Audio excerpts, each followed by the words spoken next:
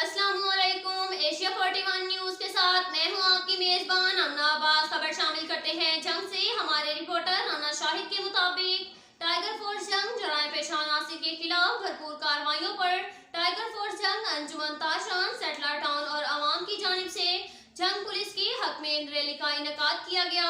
शान Nazir Khan coordinator tiger force Jhang, Adnan Baloch focal person tiger force Jhang, captain settler town Ghulam Rasool, Mohammad Yusuf समेत tiger force के रजाकारों ने बड़ी तादाद में शिरकत की। कलमा चौक सेटलर टाउन से शुरू होने वाली रैली डीपीओ ऑफिस में इख्तिताम पजीर हुई। जंग पुलिस को खराज तहसीन पेश करने के लिए पुलिस अफसरान को हार पहनाए गुलपाशी की गई और पुलिस के हक में नारेबाजी भी की गई। अब तक के लिए इतना ही काफी है। मिलते हैं अगले बुलेटिन में।